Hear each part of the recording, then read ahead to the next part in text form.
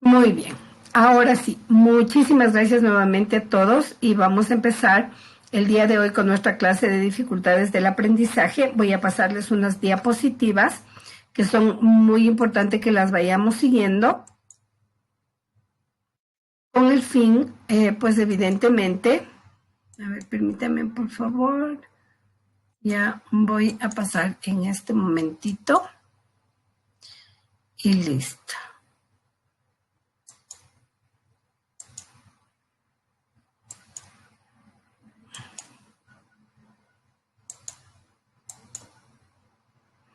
Muy bien, perfecto.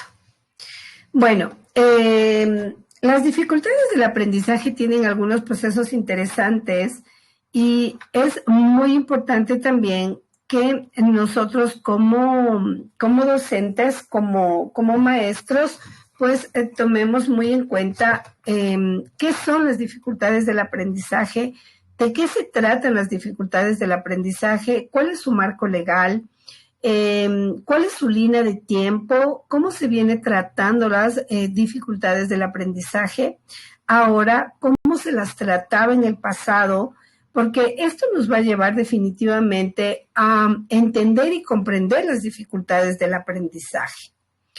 ¿Por qué razón les voy a poner una línea de tiempo y también el marco legal? Porque es importante que nosotros reconozcamos que las dificultades del aprendizaje están dentro de las necesidades educativas especiales y las necesidades educativas especiales han pasado por un proceso histórico desde hace muchísimos años atrás y cómo se ha ido concibiendo la idea de las necesidades educativas especiales y las dificultades del aprendizaje a lo largo del tiempo.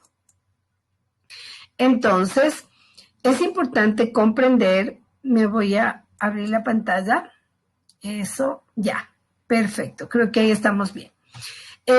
Al hablar nosotros del marco legal, lo que nosotros vamos a ver en este proceso es todos aquellos estatutos, acuerdos, leyes, planes, incluso lo que ha hecho la Constitución a través del tiempo y cuánto se ha hecho o en cuanto a políticas educativas, en cuanto a cultura y en cuanto a intervención educativa. Cuando nosotros hablamos del marco legal, estamos hablando de, primero, la Constitución de la República del Ecuador, el Plan del Buen Vivir, la Ley Orgánica de Educación Intercultural o la LOEI, el reglamento de la LOEI, estatutos orgánicos de gestión organizacional o -20 o aulas hospitalarias, el acuerdo número 295-13 del 2013, el acuerdo interministerial o 0109-16 del Mineduc y del Ministerio de Salud Pública, donde se genera un funcionamiento o un modelo o un programa de atención educativa hospitalaria y domiciliaria. Hay que entender que todo este esquema legal tiene un proceso que ha venido trabajándose a lo largo de la historia. Tenemos algunos artículos como en la Constitución, el artículo 26, 27 y 42, que habla sobre la parte más importante o sección quinta de educación. En el artículo 35, en el capítulo tercero, habla sobre los derechos de las personas y grupos prioritarios en los que se encuentran o están todas aquellas personas que tienen discapacidades o están en estado de vulnerabilidad. Aquí también habla el artículo 32 sobre salud, educación como un derecho obligatorio. Tenemos el artículo 358 de salud, donde dice que todas las personas que pasan por este proceso son vulnerables, tienen derecho a una vida saludable e integral. En el plan del buen vivir, que es el que lo hemos venido manejando a lo largo de estos años, habla por objetivos, o más bien dicho, especifica objetivos muy concretos, como en el plan del buen vivir, el objetivo número 2, que implica el auspiciar la igualdad, la cohesión, la inclusión y la equidad social y territorial en la diversidad. Además, en el objetivo 4, habla sobre fortalecer las capacidades y potencialidades de la ciudadanía. En la Ley Orgánica de Educación o Intercultural, la LOEI, abre el artículo 47 y el artículo 51, donde se habla claramente de que las personas con discapacidad son prioridad, y además también en el artículo 47, en el capítulo 6, habla específicamente sobre las necesidades educativas especiales o específicas. Y en el artículo 51 estamos hablando sobre la educación en situaciones excepcionales o por enfermedades prolongadas. En el reglamento de la LOEI, también en los artículos 227, 228 y 229, el artículo 240 dice que las necesidades educativas especiales o específicas, dependiendo de cómo se haya llamado a través del tiempo, son derivadas de una situación de vulnerabilidad, por lo tanto, tienen que ser tratadas desde la casa y desde las aulas hospitalarias. En el Estatuto Orgánico de Gestión Organizacional, el 0-20, dice y especifica sobre el trabajo en las aulas hospitalarias.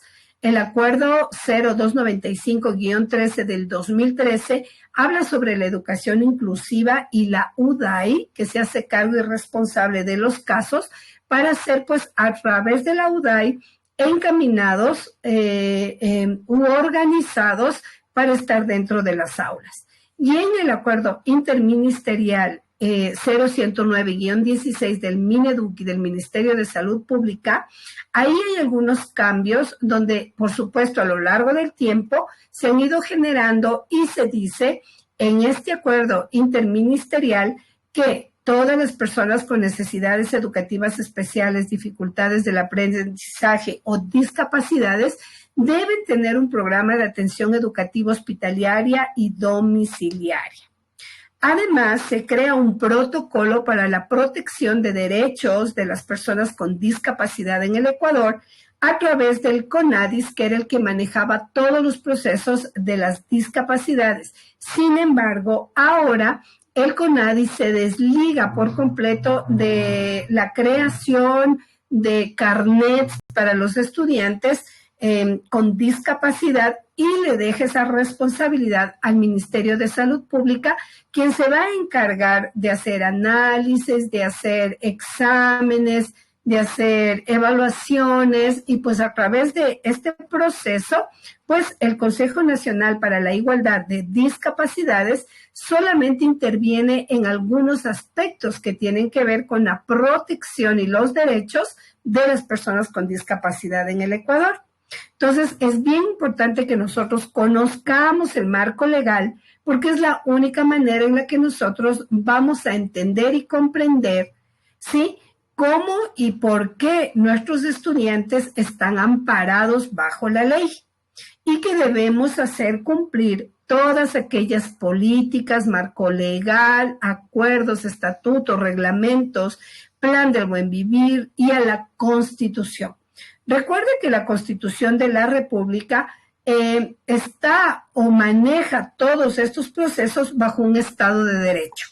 Es decir, que todos los niños, todas las personas con discapacidad que estén dentro del proceso o que puedan acceder al proceso educativo deben ser aceptados en las instituciones educativas, porque caso contrario, pues pueden ser denunciados porque están cometiendo un delito al infringir los derechos de los niños o de las personas con discapacidades.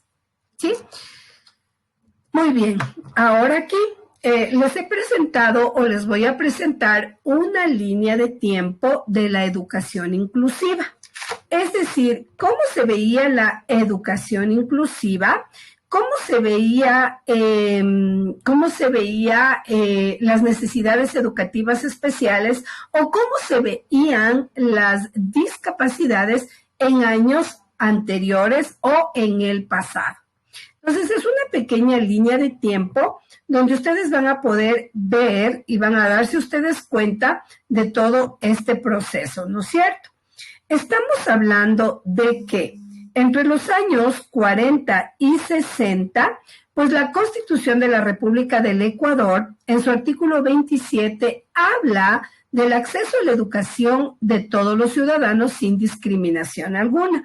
Pero todavía no estamos hablando de las dificultades del aprendizaje, discapacidades o necesidades educativas especiales. Aquí lo que se habla es de un periodo asistencial. Es decir, que la Ley Orgánica de Educación por parte del Ministerio de Educación en el año 1945 dice o establece que la atención de los niños y niñas que adolezcan de anormalidades biológicas y mentales deben ser atendidos.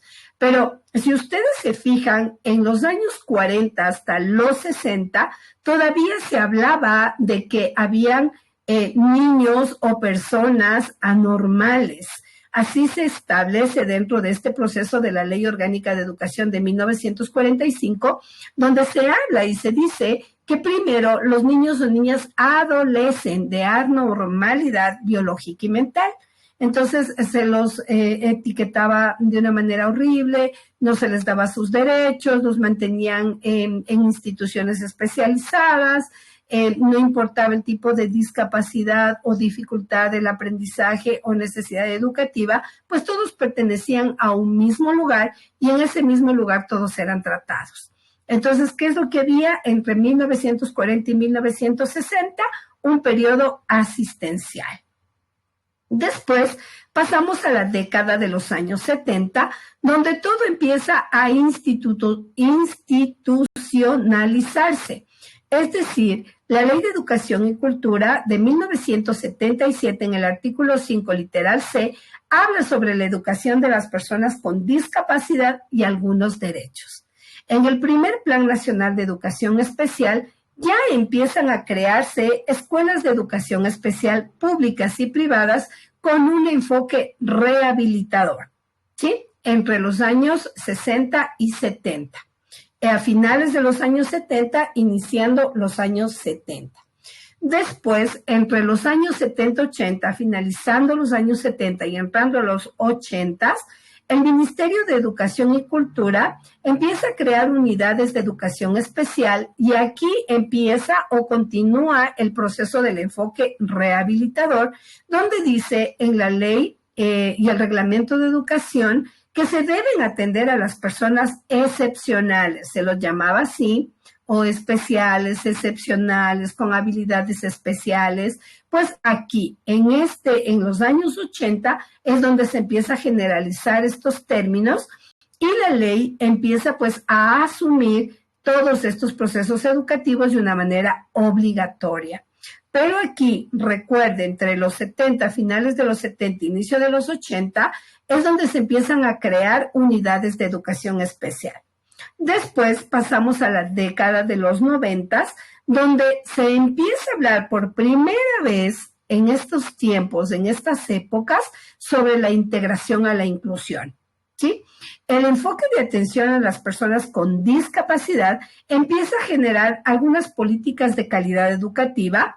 Se empieza a hablar o se va a utilizar términos adecuados como niño o niña con necesidades educativas especiales y se empieza a hablar también en los años 90 sobre atención a la diversidad, redes de aprendizaje, donde los docentes empiezan ya a capacitarse, donde los docentes empiezan ya a ser parte de las redes de aprendizaje, donde van reconociendo los casos de los estudiantes y donde, por supuesto, empieza a generarse también todo esto de las conclusiones, de los cuestionamientos, de las políticas, de las medidas, de las estrategias, de las metodologías, porque en el boom de los años 90, pues ya no se habla de un enfoque de un periodo asistencial, donde ellos deben cuidar al niño y punto, sino que aquí ya empezamos a hablar sobre integración, inclusión y educación, ya como una especie de trilogía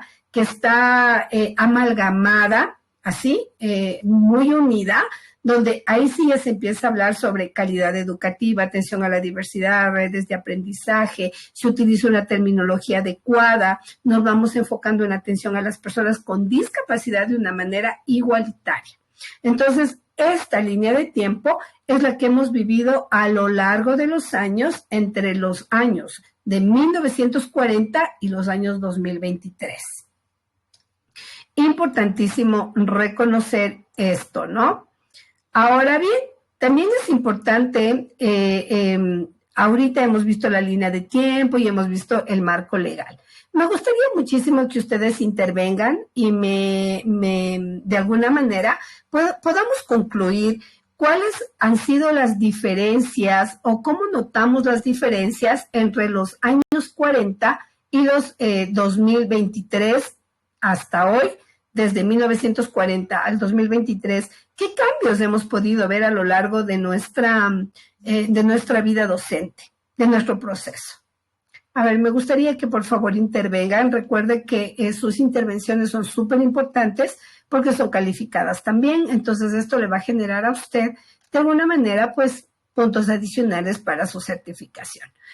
Puede levantar la manito, ¿no? Usted levanta la manito y yo encantada le abro el audio. ¿Alguna persona, por favor, que me ayude? Cuénteme, por favor. Aquí le tengo a Gaby. Hola, Gaby. Gabycita Begne. Muy buenas noches. Bienvenida. Está abierto su audio.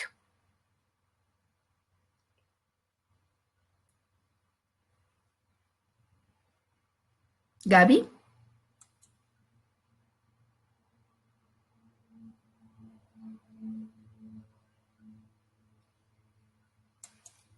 Ok. Me voy donde Galito Ortiz. Galito, buenas noches. Está abierto su audio. Muy buenas noches. Bueno, ¿sí me escucha? Sí, perfectamente. Muy buenas noches.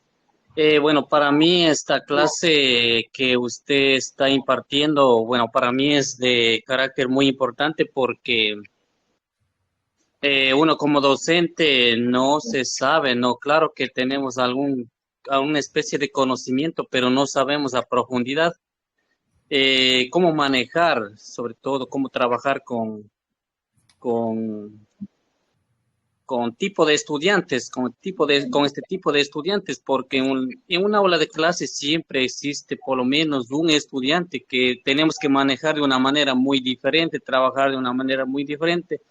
Entonces, para mí estos aprendizajes, este tipo de clase está muy interesante, ¿no? A pesar de que, como comenta usted, tiene un proceso, tiene una línea de tiempo, cómo se ha venido desarrollando. Bueno, de mi parte está muy interesante. Gracias. Gracias, Galito. En realidad no hemos visto cómo, pues, en los años 40 solamente se hablaba de un periodo asistencial, ¿no? De voy cuidando a las personas, vamos a cuidarlos, vamos a asistirlos, pero realmente aquí no se hablaba de educación. Sí, en las políticas, evidentemente, y en la ley, hablaban sobre estas políticas y estos cuidados y, por supuesto, la atención, pero todavía se manejaba el término de anormalidad biológica o anormalidad mental o enfermos mentales, y utilizábamos incluso palabras que son, que de alguna manera pues eran muy duras, muy complejas de manejar, y pues así era la normalidad. Esa era la normalidad. Muy bien. Alex Musan. Está abierto su audio. Buenas noches, bienvenido.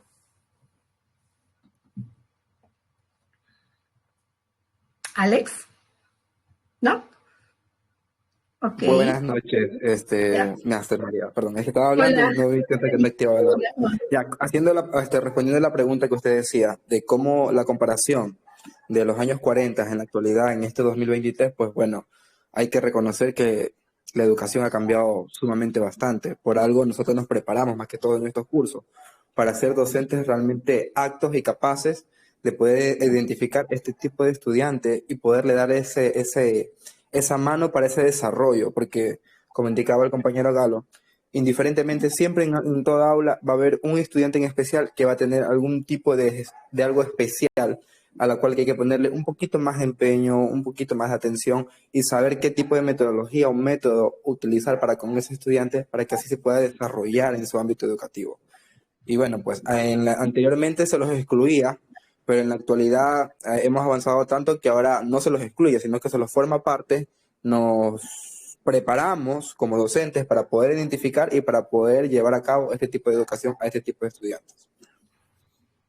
Ajá, así es, Tito, muchísimas gracias. Es verdad, la capacitación realmente y ahora, ¿no?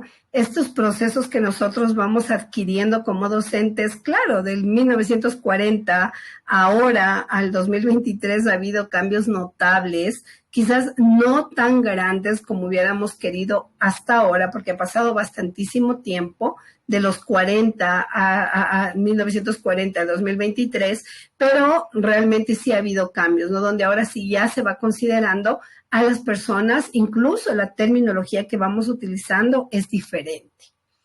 Esto es muy interesante. Gracias, Alexito, por su intervención. Ani, está activado su audio. Buenas noches, bienvenida. Buenas noches, ¿me escuchan? Sí, Ani, ¿cómo está? Bienvenida, buenas noches, la escucho. La escuchamos. Ya, bueno, lo que quería aportar es que, bueno, anteriormente, pues, las personas con discapacidad, pues, no tenían apoyo, los docentes no tenían tampoco conocimiento y no existían las herramientas para poder aportar a la dificultad. Actualmente ya se conocen que existen diferentes dificultades de aprendizaje, se conocen las leyes que apoyan y existen ya estrategias para que nosotros podamos aplicar a distintas discapacidades que tenemos. Entonces, eso es lo que yo creo que ha cambiado en estos años. Y el cambio se ha visto más remarcado en estos últimos 10 años, que ha sido ya más con leyes orgánicas y con tanta cosa, igual con el apartado de adaptación curricular que se hizo. Entonces, yo creo que hace unos 10 años ya está como más formalizado el hecho de la persona con dificultad educativa. Muchísimas gracias, Ani. Así es, todo ha ido cambiando y se ha ido modificando, ¿no? Hemos visto que la ley, pues, evidentemente ha ido cambiando muchísimo y esto, pues, definitivamente el marco legal nos ha permitido ver en esta línea de tiempo un montón de cambios también. Ahora es cierto también que la política educativa, pues, mucho todavía por hacer, ¿no? Hay mucho por hacer. Ok, Byron, buenas noches, bienvenido. Byron Zarango, ya le activé su audio.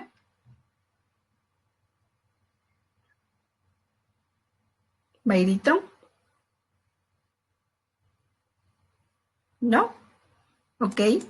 Pati Mera, está activado su audio. Sí, buenas noches. ¿Sí me escuchan? ¿Sí? Perfectamente. ¿Cómo está, mi Pati? Muy buenas noches. Muy buenas noches, Milicen. María Elena, un gusto de volverle nuevamente a escuchar sus clases magistrales. Bueno, la verdad es que hay una gran diferencia, pienso que hay una gran diferencia entre los años 40 al 2023. Primeramente porque antiguamente, como usted ya lo dice, no se tomaba en cuenta especialmente a las personas con este tipo de discapacidad y no se consideraba las necesidades que ellos tenían especialmente, ¿no? Pues antes se tenían, se podría decir que existían escuelas especialmente para estas personas, pero donde no se les atendía, como hoy en la actualidad, ya se trata de tener por decir, de elaborar los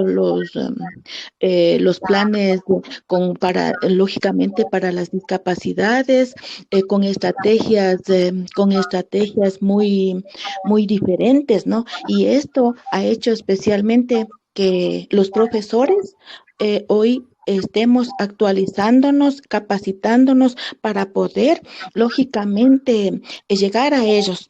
como, bueno, igual nosotros antes no sabíamos qué era esto de la discalculia o la disgrafía, dislexia, nada se conocía de eso.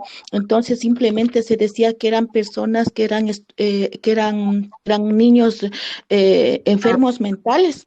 ¿No? Y entonces ellos lógicamente no tenían ni siquiera la oportunidad de tener una educación, pero hoy en la actualidad el gobierno o los gobiernos actuales, ya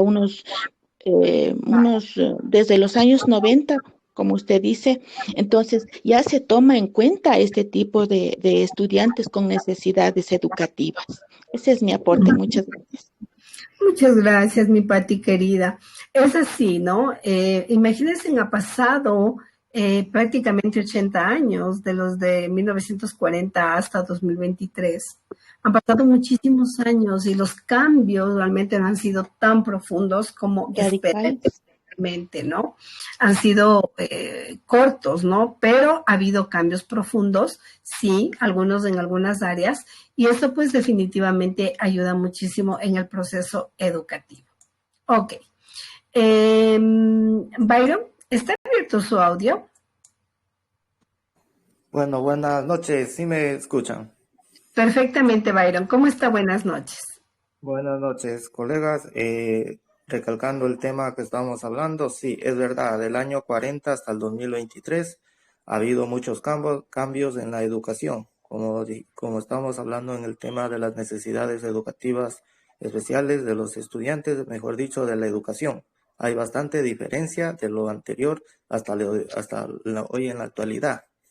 Por ejemplo, las necesidades educativas especiales de los estudiantes, más antes no eran excluidos, pero ahorita son incluidos. Todos tenemos una educación para todos, no sea por la etnia, o sea por mestizos, o sea todo lo que se refiere a eso. La educación es para todos, sería. Pero hay mucha diferencia con lo pasado hasta de hoy, que estamos en la actualidad. Tenemos derecho a estudiar y a hacer esto, pero hay mucha diferencia. Sería ahí en mi punto de vista. Así es. Muchísimas gracias, Bayrito, por su intervención. Muy agradecida con usted. Muy bien. Le tengo a Vilma Paguay. Está activado su audio. Bienvenida.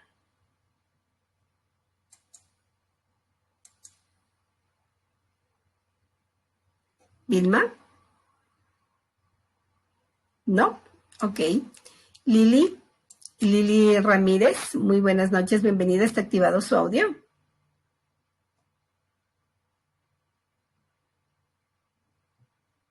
No, ok. Eli Goyes, está activado su audio. Perdón, sí, no había activado el audio, perdón, doctora.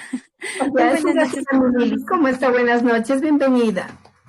Gracias. Sí, yo desde mi punto de vista sí veo que ha habido un gran avance, ya que, como decía alguna otra compañera, en años anteriores la educación para los niños con necesidades educativas especiales, que incluso hoy el término ya lo tratan como necesidades educativas específicas, incluso esto ya está cambiando.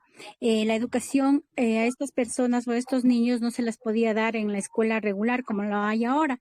Habían sus escuelas particulares y a veces por pagadas, y muchas veces los padres, al no tener incluso los medios, tenían que negarles o privarles a los alumnos de la educación, a los hijos o a los estudiantes, digamos, perdón.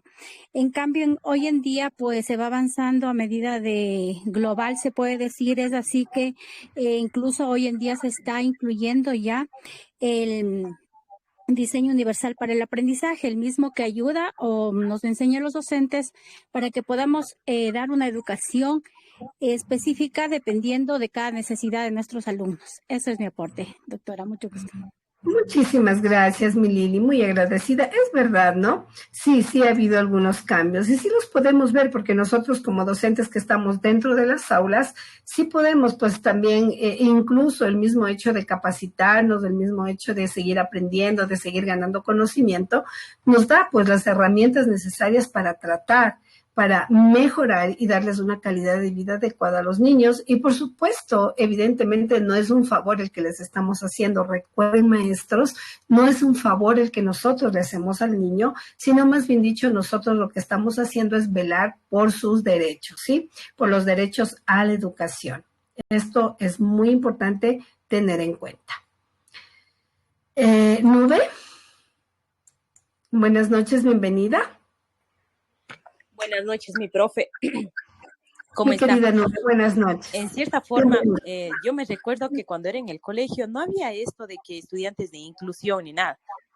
Eran todos tratados por igual. Sin embargo, después ya se hacen grupos visibles los estudiantes de inclusión y empiezan a ver la evolución de los grados, grado 1, grado 2, grado 3, en donde les ubican. Ahora ya empiezan empiezan a clasificar y empiezan a apoyar al Ministerio de Educación a los estudiantes, planteando esta metodología DUA.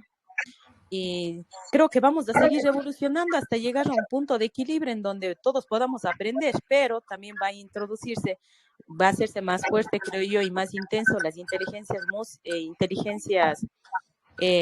múltiples que tienen los grupos. Entonces, cada vez van descubriéndose nuevas cosas y cada vez se va tomando más a los estudiantes de manera como individuos independientes, no como todo un colectivo como para enseñarles, y creo que nos vamos a seguir capacitando. Creo que los cursos van a seguir de largo con usted, mi profe, que nos ilustra con sus sabios conocimientos. Muchas gracias. Aporte, mi profe. Muchísimas gracias. Muchísimas gracias. Gracias, mi Nube querida. Es verdad, ¿no? Esta palabra, qué hermosa, Nube. Muchas gracias. Evolucionar. ¿Cómo vamos nosotros evolucionando? ¿Cómo nosotros vamos cambiando? ¿Cómo nosotros le vamos dando una visión, ¿no es cierto?, diferente a los procesos de la educación? Cómo nosotros vamos reconociendo las dificultades del aprendizaje y como nos decía una compañera, no conocíamos ni el término discalculia, dislalia, disgrafía, dislexia, ni siquiera sabíamos que existían estos términos, pero a lo largo del tiempo pues los vamos conociendo y se va dando una respuesta a un montón de preguntas que teníamos con respecto a este tipo de dificultades del aprendizaje. Entonces sí, es muy importante tomar en cuenta eso, porque es así, ¿no? O sea, hay que tomar en cuenta que sí hay cambios profundos. Paulita, buenas noches, bienvenida. Está activado su audio, Paulita.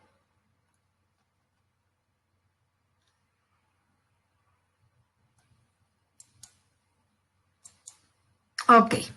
Bueno, no les podía escuchar, pero bueno, ya después les doy la palabra para que puedan intervenir en lo siguiente para poder continuar con nuestra clase del día de hoy. Muy bien, después de haber visto el marco legal y haber visto la línea de tiempo, que es muy importante, de lo que tiene que ver con inclusión, lo que tiene que ver con discapacidades, necesidades educativas especiales, todo lo que tiene que ver con los procesos de dificultades del aprendizaje, y pues haber visto que sí ha habido algunos cambios, algunas modificaciones, hemos evolucionado, como nos decía Nube, pues vamos a ver lo que ahora sí implica o significa las dificultades del aprendizaje. Varios autores hablan de las dificultades del aprendizaje como problemas que van enfrentando los estudiantes en la adquisición de habilidades académicas y sociales. Es decir, las dificultades del aprendizaje se convierten en un término genérico que habla de manera heterogénea sobre trastornos manifestados por dificultades significativas en la adquisición o el uso de la capacidad para entender, hablar, escribir, leer, razonar o en las áreas de matemáticas.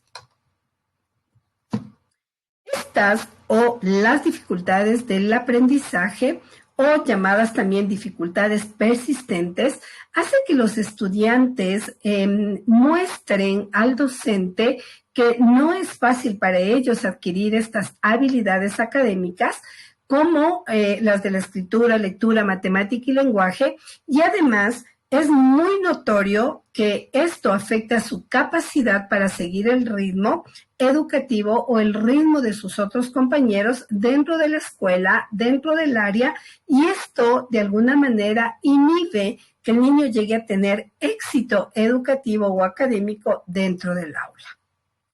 Las dificultades del aprendizaje tienen varias clases, o más bien dicho, tiene clasificaciones. Podemos encontrar las dificultades específicas en el aprendizaje de la lectura, dificultades específicas en el aprendizaje de la escritura y dificultades específicas en el aprendizaje de las matemáticas. Estas tres áreas son las más notorias y en donde más vamos a ver la dificultad del aprendizaje en nuestro estudiante. Cuando hablamos de dificultades específicas del aprendizaje en la lectura, estamos hablando de decodificación, reconocimiento y comprensión de la lectura. Cuando hablamos de dificultades del aprendizaje en la escritura, hablamos de disgrafías, dislexias, dislalias, todo lo que tiene que ver con los procesos de escritura. Y cuando nosotros encontramos las dificultades específicas en matemáticas, vamos a ver dificultades en cálculo mental, en el cálculo escrito, en la resolución de problemas, donde el estudiante realmente va a tener muchos problemas y usted como docente va a poder notar estas dificultades, tomando en cuenta que para ser diagnosticadas tienen que ser persistentes, es decir, que vienen ya o traen un determinado tiempo. Ahora bien, ¿cuáles pueden ser las causas de los problemas del aprendizaje o dificultades del aprendizaje? Tenemos factores genéticos, tenemos como los factores genéticos, como los cromosomas recesivos, deshabilidades específicas en lectura, tenemos los factores peri y postnatales o complicaciones durante el embarazo, madres y padres mayores que tienen mayor probabilidad de tener un hijo disléxico y las disfunciones neurológicas que han sido consideradas como una causa significativa de las inhabilidades para aprender. ¿Cuáles son los principales factores de riesgo? El diagnóstico de las dificultades específicas de aprendizaje muy difícilmente puede hacerse antes del aprendizaje de la lectura, escritura y matemáticas. Es decir, que no podemos hacer un diagnóstico antes de que el niño haya aprendido a escribir, leer y operaciones matemáticas. Por eso les decía en la clase anterior que para hacer un diagnóstico mínimo el estudiante debería tener entre 8 y 9 años o 7 u 8 años, donde ya nuestro estudiante sabe escribir, sabe leer y sabe cálculo matemático, aunque escriba mal, lea mal y no calcule. ¿Sí? No obstante, es posible la prevención temprana. Por medio de los factores de riesgos que manifiestan nuestros estudiantes durante la etapa de educación infantil, pues ahí nosotros vamos a poder darnos cuenta de los verdaderos indicadores de la aparición de trastornos. Si nosotros como docentes somos muy observadores, extremadamente observadores, nos vamos a dar cuenta de que primero vamos a poder valorar la posibilidad, ¿sí? O identificar a un niño que tenga dificultades del aprendizaje, si es que nosotros somos muy buenos observadores.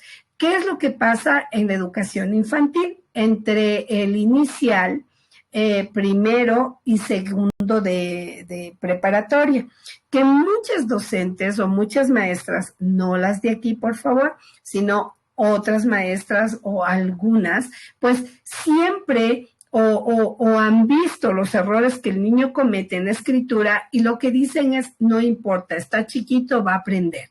Entonces, no hacemos corrección. Por eso es súper importante corregir. No sé si a ustedes les ha pasado en el aula con sus estudiantes que muchos hacen el cero, por ejemplo, no lo hacen, ¿no? De punto izquierda y hacia arriba derecha, sino que lo hacen al revés. punto desde arriba hacia el otro lado y al revés. Este tipo de manifestaciones que nosotros vemos en el aula con nuestros estudiantes las dejamos pasar por alto. Y ahí es cuando se empiezan a generar los inconvenientes en la escritura, en la lectura y en la matemática. Por eso es bien importante enseñar súper bien el proceso de la lectoescritura. Aquí, bueno, les he puesto esta diapositiva donde está un niño, donde dice help, ¿no es cierto? Dice ayuda, auxilio. ¿Por qué? Porque cuando nosotros tenemos niños con dificultades del aprendizaje y notamos retrasos en el desarrollo de su lenguaje, particularmente estos retrasos son fonológicos, es decir, que hay una deficiencia de producción y articulación del lenguaje oral. Es decir, que los niños se retrasan para hablar y no hablan correctamente. Entonces, su fonología es bastante difícil de entender y esto genera que el niño tenga deficiencias en el vocabulario. A veces, también nosotros como maestros o en otros casos como papás, como padres de familia, tenemos niños que son pequeños y hablan hasta los 5 o 6 años como bebés. Por ejemplo, tameteta, mamá, te quiero mucho, y nosotros permitimos que este proceso sea mal formado, ¿sí? Y, por supuesto, la conciencia fonológica se destruye. Entonces, el niño empieza a generar deficiencias en el vocabulario. Es necesario que los papás, los padres de familia y después los cuidadores de los niños bebés chiquitos y después los de inicial o preparatoria, pues corrijamos las palabras mal dichas. La fonología tiene que ser bien manejada correctamente y también tiene que ser corregida. Así vamos a evitar deficiencias en el vocabulario. Además, hay que tomar en cuenta también que los retrasos en el desarrollo y la adquisición de conceptos básicos se relacionan con los hechos y conocimientos numéricos. Entonces, aquí es donde nosotros aprendemos conocimiento numérico, concepto de números, y este retraso en el aprendizaje hace que los niños no comprendan las nociones básicas de relación. Imagínense cómo todo es como concatenado. Uno va al lado del otro y son procesos que se tienen que seguir. Son procesos. Cuando hablamos de procesos estamos hablando de un inicio, de un intermedio y de un final. Entonces, por eso es tan importante que nosotros a nuestros niños les recordemos y trabajemos constantemente sobre nociones básicas de relación, de correspondencia, semejanza, inclusión, pertenencia, conservación o déficit en el razonamiento lógico-matemático. No podemos dejar pasar por alto las nociones, porque es ahí donde nuestro estudiante va a desarrollar y va, por supuesto, a mejorar los procesos de matemática, procesos matemáticos. Ahora, también estos retrasos en el procesamiento activo de la información hace que nuestro estudiante no pueda discriminar y no pueda manejar la parte perceptiva, visual y auditiva. Entonces tiene problemas al escuchar, ¿no es cierto? Y tiene problemas al visualizar. Por eso yo les decía y les pedía que vieran la película que les dije, porque había una parte, no sé si ustedes recuerdan, donde el niño decía que veía bailar a las letras, que se movían de un lado al otro. Pues esto no es una exageración, es una realidad que viven los niños con dificultades del aprendizaje, como la dislexia. Ellos tienen muchos problemas o fallos en la percepción, en el análisis visual de las formas, ven las letras aisladas, tienen fallos en la percepción y el análisis de sonidos del habla, déficit de memoria de trabajo y atención sostenida. Además, tienen padecimiento, muchos de estos niños que han sufrido de padecimientos fetales perinatales también traen este tipo de secuelas neuropsicológicas que los llevan hacia estos procesos de las dificultades del aprendizaje. No sé si hasta ahí tenemos alguna pregunta, mis profes. Está clara la información. Si ustedes necesitan que yo pare un poquito y les pueda dar alguna, no importa, explicación adicional o lo que sea, pues yo encantada lo voy a hacer. Sin embargo, está súper facilito de entender, súper fácil de comprender el proceso de las necesidades educativas especiales, o más bien dicho, parte de las necesidades educativas especiales, que son las dificultades del aprendizaje.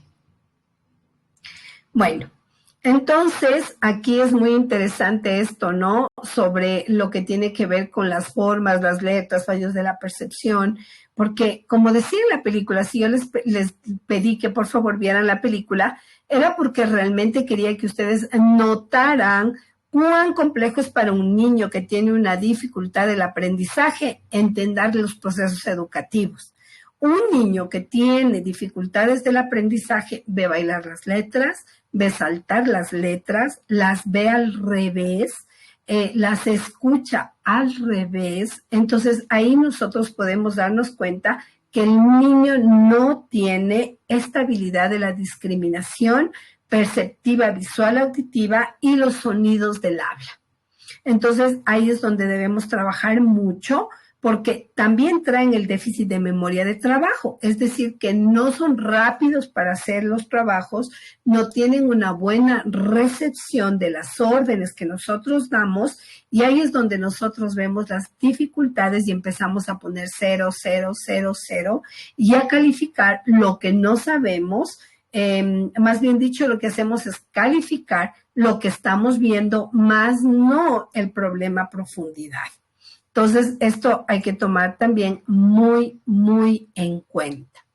Muy bien, aquí también hablo sobre algunas de las dificultades del aprendizaje más comunes, las que más vemos en nuestras aulas y con las que nos encontramos generalmente dentro de nuestras instituciones educativas.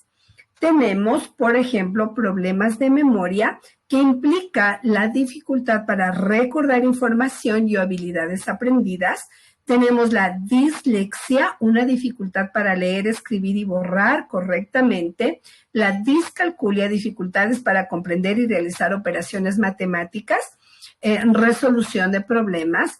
Tenemos la dislalia, que son aquellas dificultades del habla que se manifiestan con una dificultad de articular las palabras y que es debido a las malas formaciones que se presentan en los órganos que intervienen en el habla, ¿no? Como la lengua, la garganta, algunos órganos. Tenemos la disgrafía, que es una dificultad para escribir, y tenemos el trastorno del procesamiento auditivo, que afecta directamente a la capacidad del niño para comprender el lenguaje hablado. Como que no escucha, no entiende, no comprende las palabras y esto le genera inconvenientes, ¿no? Estos ya son dificultades del aprendizaje. Pero también en el proceso o manejo de las dificultades del aprendizaje nos vamos a encontrar con trastornos, varios trastornos dentro de las aulas. Por ejemplo, trastorno por déficit de atención o hiperactividad, el famosísimo TDAH, que puede ser solitario o puede ser también asociado a otro tipo de dificultades, ¿sí? Esto implica una dificultad de mantener la atención, la concentración en tareas académicas, actividad exagerada, movimientos exagerados. Son niños que no... Que son muy quietos, están moviéndose mucho, no manejan sus impulsos, son muy impulsivos, ¿sí? Incluso algunos no tienen la capacidad de ver el peligro, ¿sí? Tenemos también el trastorno del espectro autista, que es el que conocemos muchísimos, y dentro de el Asperger, que presenta la dificultad para comunicarse y relacionarse con los demás, importantísimo para el proceso de la lectoescritura. Trastornos del lenguaje, dificultad para expresarse y entender el lenguaje oral o escrito o dislalia. El trastorno, y también nos encontramos con trastornos emocionales y de comportamiento, es decir, dificultad para regular emociones y vamos a notar malos comportamientos en el contexto escolar. Otras dificultades del aprendizaje pueden incluir problemas de memoria, problemas de atención, concentración, coordinación y dificultades en la comprensión de conceptos abstractos. Importantísimo para la lectoescritura y para cálculo matemático. También debemos tomar en cuenta que las dificultades del aprendizaje no están relacionadas en su mayoría con la inteligencia de un niño y que los estudiantes con dificultades del aprendizaje pueden tener muchas habilidades y talentos diferentes en otros alcances. Esto es lo que nos decía Nube y nos hablaba sobre la inteligencia, ¿no es cierto? Sobre las multiinteligencias o inteligencias múltiples, donde vemos que nuestros estudiantes no son buenos para una área, pero son excelentes para otra. Entonces, ¿qué debemos hacer? Desarrollar, ¿sí? Desarrollar. También es importante señalar que cada persona puede experimentar dificultades de modo diferente. Las dificultades del aprendizaje, aunque todas tienen características específicas, no son iguales en los niños, porque todos los niños viven contextos emocionales y sociales diferentes. Entonces, es importante entender que las causas también son diferentes. Estas pueden ser de tipo biológico hasta de pronto experiencias de vida. Es muy importante como docentes identificar las dificultades del aprendizaje y brindarle al niño apoyo, darle la atención necesaria y adecuada para que este niño, este estudiante, este adolescente pueda alcanzar su máximo potencial académico y social. Ahora, es importante que ustedes sepan que las personas que tienen dificultades del aprendizaje no tienen ningún inconveniente en aprender y ser excelentes estudiantes, siempre y cuando los niños hayan tenido una intervención adecuada y temprana, ¿sí? ¿Por qué razón? Porque cuando nuestros estudiantes no tienen este proceso, o sea, una atención temprana y adecuada, pues se agudiza con el tiempo las dificultades y los problemas, y ahí es cuando nosotros empezamos a ver, no sé si a ustedes les ha pasado, cuando nos empiezan a escribir y cuando vemos a una persona que escribe con muchísimas faltas de ortografía o no sabe expresarse correctamente, utiliza frases demasiado cortas o demasiado largas para expresar un pequeño pensamiento, y ahí nosotros nos vamos dando cuenta, ¿no? De que son situaciones de personas profesionales que tienen estas deficiencias que nunca fueron tratadas. Y lo que dicen es, yo tengo faltas de ortografía porque no leo mucho, porque no, como que no me importa mucho, yo escribo lo que oigo y no lo que veo. Entonces encontramos un montón de personas ya adultas, formadas, incluso profesionales, que escriben con muchas faltas de ortografía, pero no es porque su conocimiento no les dio como para aprender la palabra, sino que tenían una deficiencia en la lectura y en la escritura y escriben lo que ellos escuchan, más no lo que deben ver y cómo se debe escribir. Entonces, sí, todo el proceso se sigue agudizando si es que no se tiene un proceso de intervención adecuado. ¿Sí? ¿Alguna pregunta hasta aquí, mis profes, por favor? Me gustaría que me cuenten si ustedes han tenido alguna experiencia con un estudiante parecido al niño de la película, con el que nosotros estuvimos viendo. No sé si me cuentan o qué opinan sobre la película que vieron, si es que la vieron, o los videos cortitos que yo les mostré. Si no, ya pues después les voy a poner otra partecita de los videos donde quiero que ustedes vean cómo fue tratado el estudiante o cómo era tratado por sus profesores o cómo él actuaba en los procesos educativos al no entender absolutamente nada de lo que le decía la maestra. Daisy, ¿está activado su audio? Daisy Sanguña, me levantó la manito.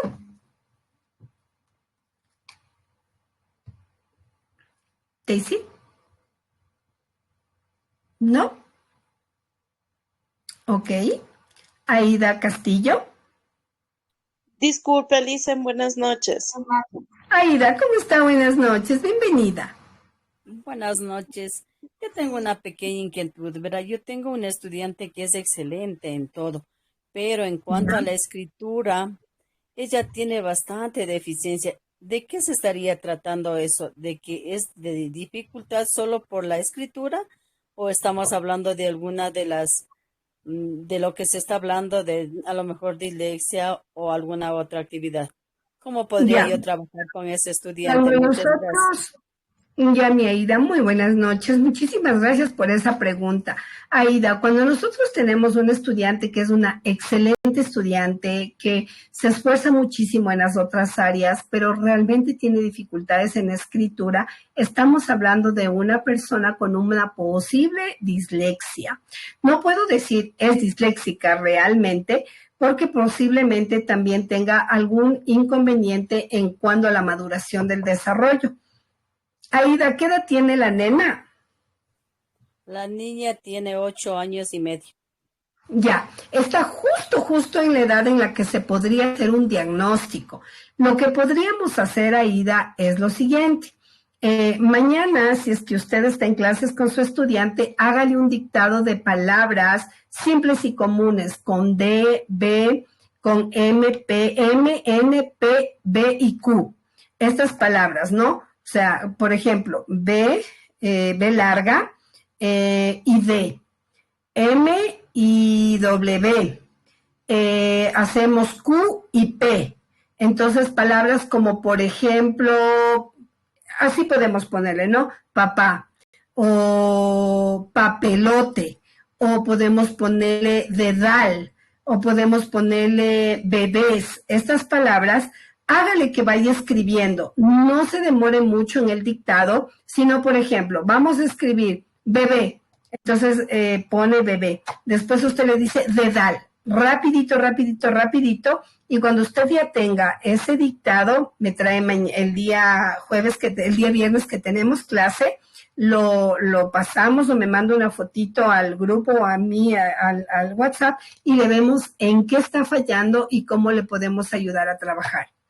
Pero sí, posiblemente puede tener una dislexia si se le conflictúa tanto la escritura. Pero, Aida, la lectura, ¿cómo está en la lectura? Lee perfectamente la boba. Para la edad de ella, lee bien. Excelente. Entonces, el problema de ella es en la escritura. Entonces, ahí estamos hablando nosotros de una disgrafía, es decir, problemas en la escritura. Pero si usted le hace ese dictado y me manda una fotito, usted sabe que mi número está ahí en el WhatsApp, en planificación, me busca María Elena González y ahí está mi número. Yo no lo bloqueo ni lo tapo, ahí lo puede ver, me manda WhatsApp la fotito y el día viernes lo tratamos en la clase y vemos cómo le podemos ayudar. ¿Sí? Ya, muchas gracias. Encantada, mi Aida. Con muchísimo gusto. Dice, buenas noches. Muy buenas noches, bienvenida, Daisy.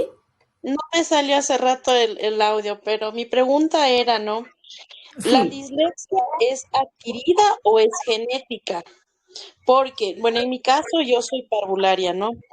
Y siempre a los niños, obviamente, para enseñarles los numerales o las vocales, por ejemplo, como la A y la O, entonces se debe seguir las flechas, ¿no? Eso yo lo hago hasta trabajando en el patio. Es más, me pareció algo muy importante e interesante cuando se hizo un ejercicio con la lija y plastilina. Entonces, pero lo puse en práctica, pero sin embargo, así hay niños que no van, ¿no? Como se les enseña con Exactamente. Y yo creo que desde ahí es donde, porque yo obviamente doy hasta tercero de básica, ¿no? Entonces ahí se ve la dificultad que tienen los niños en lo que es la escritura, escritura, lectura y lectura. Entonces, ahora mi pregunta es, ¿no? En mi caso yo les he tratado de enseñar, sin embargo, así hay muchos niños que no lo, o sea, no asumen, ¿no? Pero van subiendo y van teniendo las dificultades, como es la dislexia. Ahora, no sé si la dislexia es adquirida o es genética, o puede ser las dos cosas.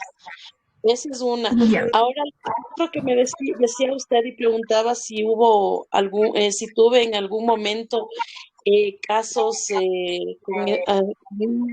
con dificultades. Le comento, licenciada, que yo tuve un niño con autismo. Ya. Bueno, no era mi estudiante, pero le daba a él también una materia extra, ¿no? Entonces yo le veía dos horitas a la semana, ¿no? Y él huía al color amarillo. Él no podía ver el color amarillo. Esa fue Daisy, ya no lo escuché. Ya, Sí, no sé si me escucha. Ya, ahora sí. Ya, digo que yo tuve un niño con autismo y que él huía al color amarillo. Esa fue una de mis experiencias. Y la otra, licenciada, que fue algo bastante duro, fue mi primer año que yo trabajé y el primer año que me tocó con estos niños que se los llaman de esta forma, con huesitos de cristal. Ya, ajá. La verdad fue bastante duro manejar a estos niños porque con un solo esfuerzo que haga el niño, pues puede ocurrir algún accidente. Entonces, hasta para llevarle al baño fue bastante dificultoso. Él se sometía 2 o 3 veces al año y se iba a Canadá para el tratamiento de sus huesitos. Entonces fueron estas buenas experiencias y sin embargo con esta clase de niño, con mi guagua, porque yo les decía, es mi adoración, yo tengo 14 años de experiencia y fui en mi primer año, lancé a la nada, licenciada, como usted no tiene idea, no tenía todavía mi título, pero sin embargo todavía trabajaba. Y no había mucha información de esta clase de niños, entonces yo no sabía cómo tratarle. Cuando vino mi guagua de Canadá, entonces hablé yo con los papitos y me dieron información, algo que casi no se obtenía en ese momento. Pero le comento, licenciada, que con él hice un proyecto de la montaña rusa, lo hice yo. Era un proyecto que lo hicimos en ese entonces, soy de la Universidad Central. Hice yo un proyecto con él y se llamaba La Montaña Rusa. Era un juego en donde le prometo que me daba un pánico trabajar con él, porque uno de mis errores fue, licenciada, que yo le di un trabajito a mi chiquito y era de punzar, y sin embargo, sin pensarlo, le hice daño, porque se rompió su dedito. Entonces, imagínate cómo me sentí en ese momento, ¿no? Cuando hice este proyecto, trataba de que se incluya, era algo novedoso, nuevo para mí y para los compañeritos de igual. Pero sin embargo, saqué adelante ese proyecto, trabajé con él y cuando yo le llevé a mi chiquito a la universidad, porque nos pidió, me acuerdo en ese entonces, un psicólogo que era mi profesor, me decía que son muy raros estos casos, que no hay estos casos y que es muy poco lo que se sabe de ellos, ¿no? Entonces dicen, fueron estas dos mis experiencias y la pregunta que sí me gustaría que por favor me contestaran, ¿no? Si la dislexia puede ser adquirida o genética. Eso es, licenciada, muy buenas noches, muchas gracias. Mi Daisy, muchísimas gracias, qué bonita aportación, muy agradecida. Bueno, a ver, la dislexia está catalogado dentro del DSM-5, la versión quinta, que es la última versión, como un trastorno del aprendizaje que está dentro de la categoría de los trastornos del neurodesarrollo. Es decir, que esta dislexia o parte de este proceso disléxico es genético, se habla. Ahora, hay muchos estudios que dicen que no, que son adquiridos, pero realmente si el DSM-5, que es el manual de enfermedades mentales, dice que ahora o por ahora, pues la mayoría de estudios hablan de que es genético, pues se maneja desde ese ámbito, ¿no? Desde un trastorno del neurodesarrollo. Esto implica, pues, que puede aparecer también, además de la dislexia, algunos otros déficits que se van presentando en este proceso y que van asociados a problemas que tienen que ver con la habilidad motriz, la percepción visual y auditiva, y esto es lo que genera los inconvenientes en la lectoescritura.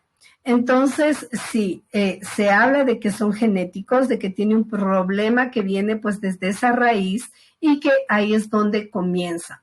Ahora, una persona disléxica se maneja dentro del DSM-5 que la dislexia es para toda la vida, ¿sí? Que una persona disléxica nace disléxica y muere disléxica. Sin embargo, se habla de que los procesos de intervención adecuados y súper que tempranos hacen que el estudiante o la persona pueda mejorar este proceso. Entonces, se habla de que no es adquirido, ¿no? Sino más bien dicho, este es el proceso. Ahora, también se habla de que la dislexia o hay dos tipos de dislexias. Por ejemplo, se clasifica la dislexia en tipos. Tenemos las dislexias adquiridas y las dislexias evolutivas, que son dos tipos de dislexias diferentes que como que se contraponen, ¿no?, al DSM-5, pero se habla de que, por ejemplo, las dislexias adquiridas tienen que ver con los procesos de causas por aparición. Es decir, que si es una dislexia adquirida, aparece como consecuencia de algún tipo de lesión cerebral concreta, o las evolutivas, que no se encuentran provocadas por ningún tipo de lesión, simplemente están ahí, se presentan en el individuo, pero empiezan a verse las primeras señales de dislexia en la edad escolar. Entonces, miren, como que se contrapone, pero se habla de estos dos tipos de dislexia, las adquiridas y las evolutivas. Las adquiridas, como digo, ¿no?, por alguna lesión cerebral concreta, o las evolutivas que aparecen de la nada, están ahí, no ha habido lesiones, no ha habido nada, simplemente el niño empieza a escribir y escribe así. Entonces, son dos tipos. Entonces, las dos hay que tratar, por supuesto, de maneras diferentes, con estrategias diferentes, con metodologías diferentes, con ejercicios diferentes, y los diagnósticos tienen que ser súper bien claros y seguros, sí, verdaderos, para poder tomar acción.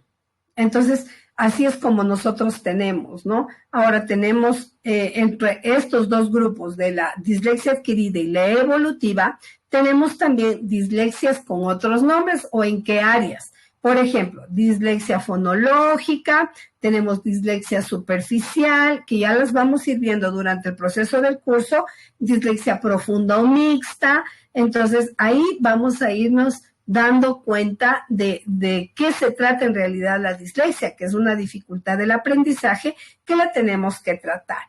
Ahora, cuando usted me pregunta, por ejemplo, ¿es adquirida, es genética o es una situación que el niño la adquirió de la noche a la mañana? Pues miren, hay un estudio específico que habla de la carga genética, donde aquí dice, ¿no?, que relativamente o frecuentemente, si es que el trastorno aparece en la familia, entre varias personas de la familia, el 40% puede ser adquirido por el niño y el niño puede pasar a ser disléxico. Ahora, también se habla de que si el padre es disléxico, el niño podría ser disléxico con un 40% de probabilidad. Este es un estudio que se hizo en una universidad de los Estados Unidos con muchos niños y muchos padres. Y también se habla de la anatomía y la actividad del cerebro, lo que les decía, una lesión cerebral que pudo haber provocado este proceso. Hay estudios, ¿no?, que se realizaron con técnicas de neuroimagen. O sea, se hizo todo un estudio así súper grande con muchísimos niños muestran ciertas diferencias entre los niños que no tienen dislexia y los niños que sí tienen dislexia.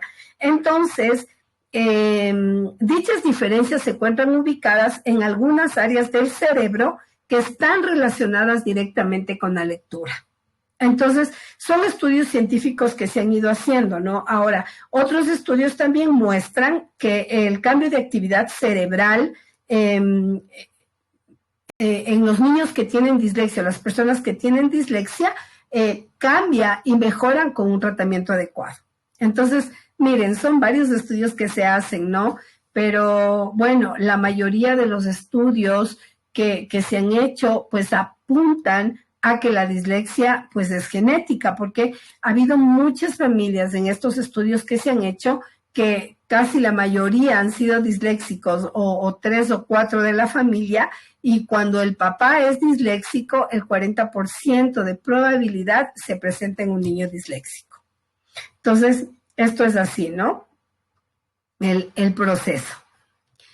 No sé si tenemos alguna otra pregunta.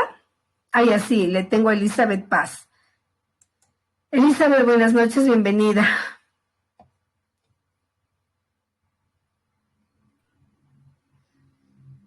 Elizabeth.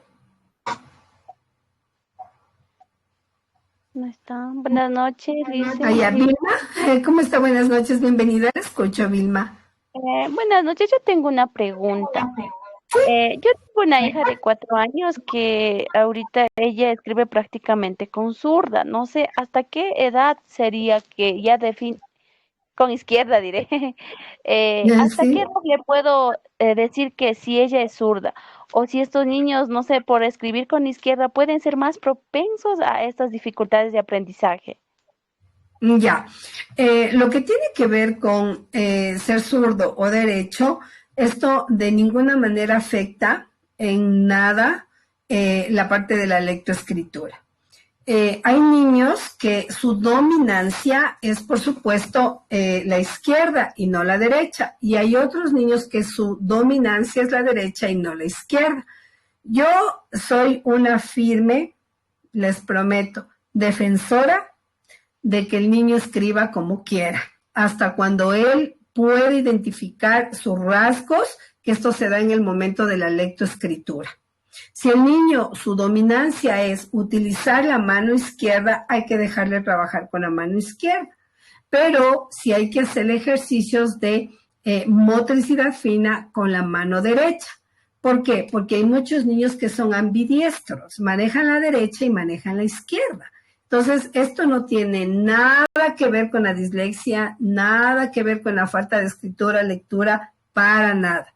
Hay niños que son zurdos y hay niños que son diestros. Entonces, quien escribe con la zurda, pues va a mostrar, por supuesto, que para él es mucho más fácil manejar la zurda que, por supuesto, la mano derecha. Entonces, hay que ir manejando este proceso con mucha calma, sin decirle, deja de escribir con esa mano, escribe con la derecha. Porque escribir con la derecha o escribir con la mano izquierda no le hace más inteligente o menos inteligente. En absoluto. Más bien, se ha notado y ha habido estudios que las personas que escriben con la zurda, no sé si es que aquí entre los profes, todos los que tenemos ahí alguna persona que sea zurda, pues ellos realmente como que se inclinan muchísimo más hacia las áreas matemáticas, ingeniería, matemática, arquitectura y así. Los que son diestros se inclinan un poco más hacia la lectura, escritura, docencia, todas las áreas sociales. Entonces, pues se habla de este proceso, ¿no? Pero eso no significa que pues hay algún problema ahí de dislexia o discalculia, dislalia, disgrafía, no. Hay que dejarlo que él mismo vaya, proponiendo su tipo de escritura. Ahora, si es que vemos que él maneja la izquierda y la derecha, la izquierda y la derecha, tenemos que desarrollar para que él pueda trabajar un proceso de ambidiestro, ¿no? Izquierda, derecha. Y como está chiquito, todavía se puede, pues, manejar estos procesos sin obligar, sino más bien dicho, dejándole ser, ¿sí? Esto es importante, querida Vilma. Con mucho gusto. Dejemos de ser a nuestros hijos, ¿no? Que escriban con la mano que más fácil sea para ellos escribir. Pilarcita, buenas noches. Está activado su audio. Bienvenida. Pilarcita, ¿no? Ok. Betsaida, buenas noches. Bienvenida. Está activado su audio. Buenas noches. ¿Cómo está, Betsaida? Buenas noches. Buenas noches, licenciada. Buenas ¿Sí me noches. escuchan? Sí, Betsaida, ahí sí le escucho. Bienvenida. Listo, licenciada. Yo quería hacer una pregunta. Era sobre el pago del curso. ¿Hasta qué día se puede realizar?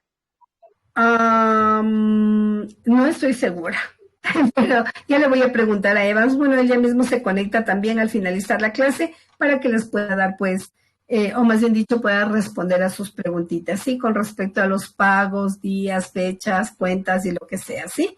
Él les va a dar toda la información, porque estoy un poquito desactualizada en ese proceso. Él es el que lo está manejando, entonces ya despuesito, pues, él se va a unir y nos va a explicar todos esos procesos, ¿sí? Y si nos une, pues yo ya le pregunto por un mensajito y ahí inmediatamente les comento, ¿sí? Listo, licenciada. También le quería pedir de favor si en caso nos podría ayudar con las diapositivas que nos está dando las clases. Sí, O sea, sí, enviarnos. sí, les voy a enviar, Listo, licenciada. les voy a dar, les voy a entregar las diapositivas de acuerdo a las semanas de clase. Por ejemplo, esta semana vamos a trabajar hasta el viernes 2 o 3, unas 5 o 6 diapositivas más, y todas esas se las voy a enviar el día domingo, que nosotros tenemos la retroalimentación a través del TikTok. Les voy a mandar, ¿ya? Porque hay que irlo haciendo de semana a semana. En realidad aquí tengo todas las diapositivas de todo el proceso de clases, pero las voy a ir dividiendo para ustedes. Entonces, así cada fin de semana ustedes van a tener todo el material de la semana para que lo puedan trabajar, y la siguiente semana pues continuemos con los siguientes temas, ¿sí? ¿Les parece? Pero de todas maneras, como está grabada la reunión, pues la voy a pasar, y en el proceso de pasar la reunión ustedes van a poder ver, por supuesto, las diapositivas hasta donde nosotros hemos trabajado, ¿sí? Así que no se preocupen que todo el material les vamos a entregar. Listo, licenciada. Gracias, muy amable. Encantada, con mucho gusto. Gaby Cuenca, buenas noches, bienvenida. ¿Está activado su audio?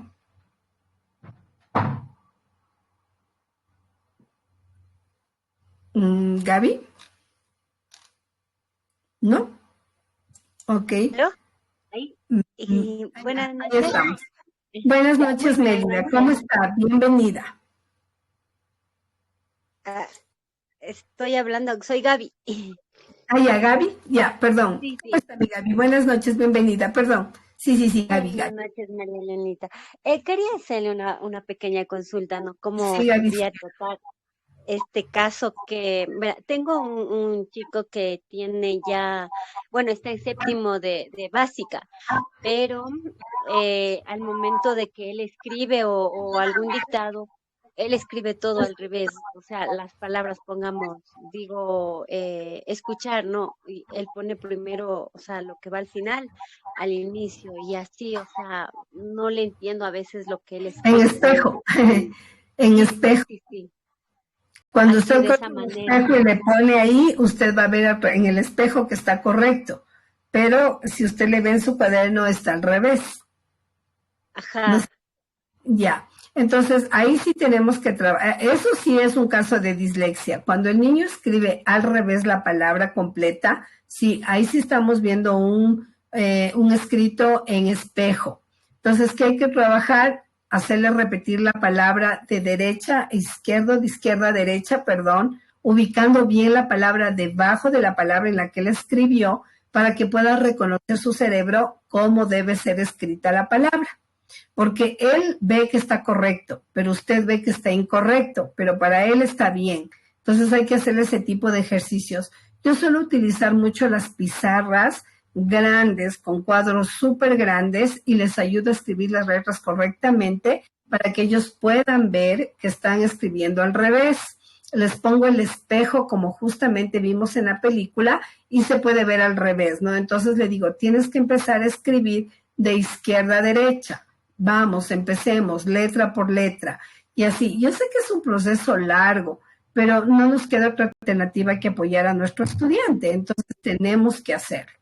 Yo les recomiendo siempre comprar hojas de papel amarillo en líneas o cuadros y ayudarles a escribir en esos cuadernillos de hojas amarillas, no blancas.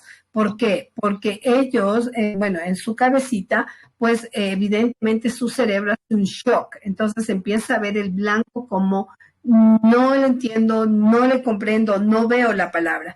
Pero con el amarillo como que sí sucede esto, es un proceso mental. Entonces, así nos podemos ayudar. Pero sí, Gavita, ahí sí vemos un caso de dislexia. Ahí sí, porque está escribiendo la palabra al revés. Entonces, él sí tiene conocimiento de la palabra, pero la está escribiendo al revés. Ese sí es eso sí es dislexia. Ajá.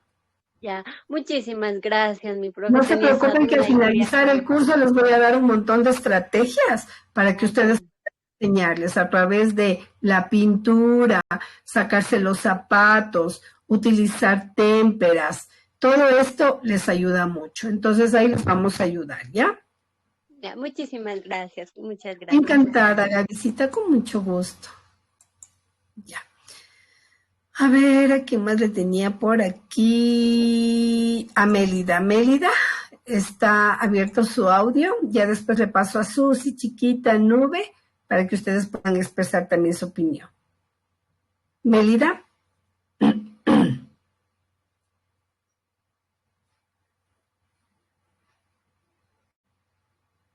¿No?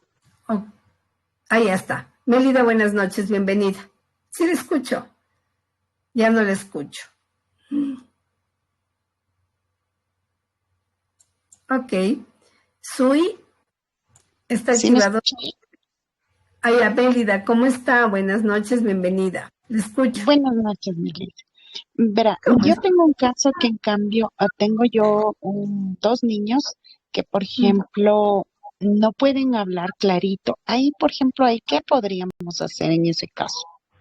¿Qué edad tiene? Tiene 5 años.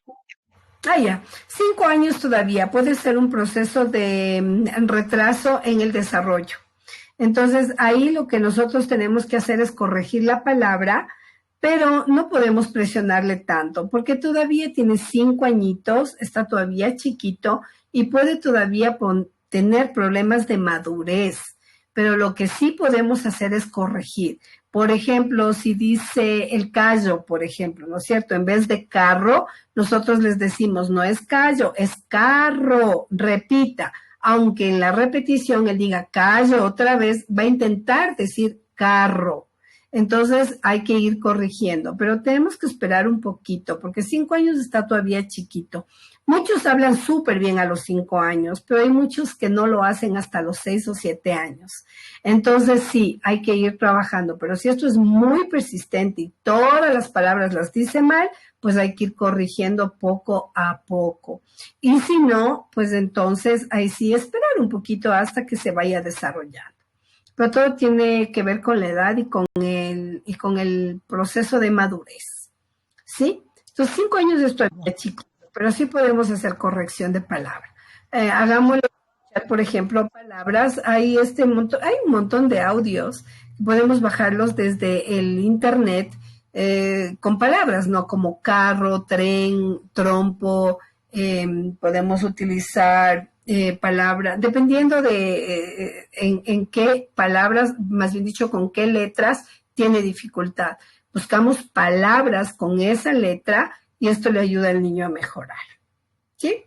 Entonces, esto hay que irlo haciendo. Muchas gracias. Y una consulta más. Yo el día de ayer no pude asistir y le escucho que dice usted los videos. A ver si por favor me puede pasar los números de la película para poder revisarlas. Encantada, con muchísimo gusto. Ya les voy a pasar, ¿ya? En algún espacio mismo ya les voy a pasar. No se preocupen. ¿Ok?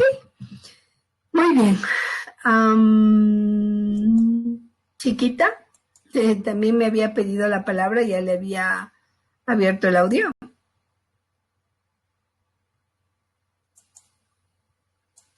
¿Está abierto el audio?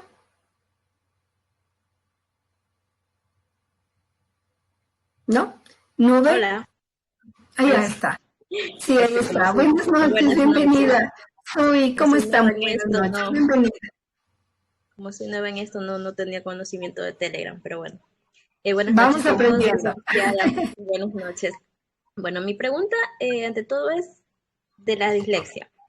Me llama mucho la atención este tema porque he escuchado a muchos niñitos hablar ya más o menos a una edad grandecita, qué sé yo, de 10, 8 años, y todavía no pronunciar bien las palabras.